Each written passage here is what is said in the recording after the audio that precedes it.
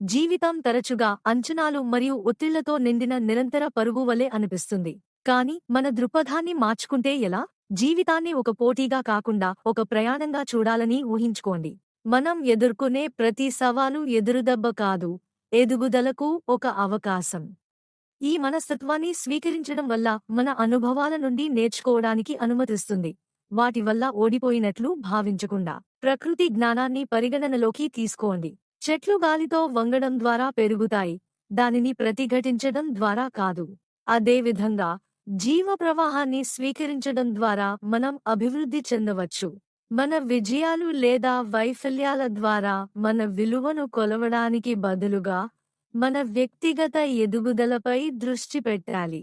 ప్రతి తడబాటు మనకు స్థితిస్థాపకతను నేర్పుతుంది మరియు సందేహం యొక్క ప్రతి క్షణం స్వీయ అన్వేషణను ప్రేరేపిస్తుంది.